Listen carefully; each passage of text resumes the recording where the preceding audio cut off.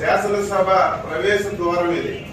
తెలుగుదేశం శాసనసభ్యులందరం కూడా 5 నిమిషాలు తక్కువ 9కి వచ్చి సభని 9 గంటలు జరపాలని చెప్పి నోటీస్ ఇచ్చారు కాబట్టి మేము 5 నిమిషాలు తక్కువ 9కే వచ్చాం. ఇప్పుడు 9:10 నిమిషాలు అయింది. శాసనసభ కనీసం బెల్ల కొట్టలేదు.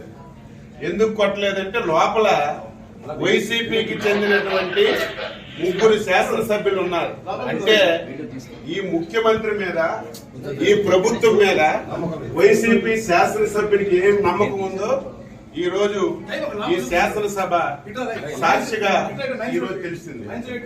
ఏది ఏమైనా సరే ప్రజాస్వామ్యాన్ని నమ్మినటువంటి వ్యక్తులుగా శాసనసభలో మాకు ఏ అవకాశాలు ఇవ్వకుండా ప్రజా సమస్యలు లేవనెత్తకుండా మమ్మల్ని అవమానాలకు గురి చేసిన ప్రజల గురించి శాసనసభకు వచ్చి మా బాధ్యతని మేము నిర్వహిస్తున్నాం. ఇంత దారుణం ఎప్పుడు కూడా లేదు. 9-8 నిమిషాలు అయింది. ఇంత దారుణం ఏది ఏమైనా సరే ఈ 5 సంవత్సరాలు ఈ శాసనసభలో ఈ రాష్ట్రానికి ఉపయోగపడినటువంటి ఒక్క చట్టం కూడా చేయలేదు. ఈ శాసనసభలో ఏ చట్టం చేసినా సరే ఈ రాష్ట్ర వినాశనానికి దారితీసిన చట్టాలే చేశారు. అందుకే ఈ రోజు ఈ విషయాలన్నీ ప్రజలకు తెలియజేస్తున్నాం.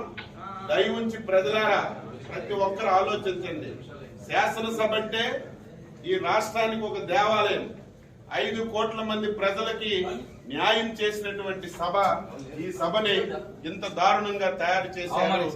ఈ రోజు జగన్మోహన్ రెడ్డి ముఖం చూడాలన్నా, శాసనసభకు రావాలన్నా నీ శాసనసభ్యులే ఈ రోజు రావడం లేదంటే ఇప్పటికైనా సిగ్గు తెచ్చుకోమని చెప్పి ఈ సందర్భంగా కోరుతున్నాం. 10 నిమిషాలు అయింది.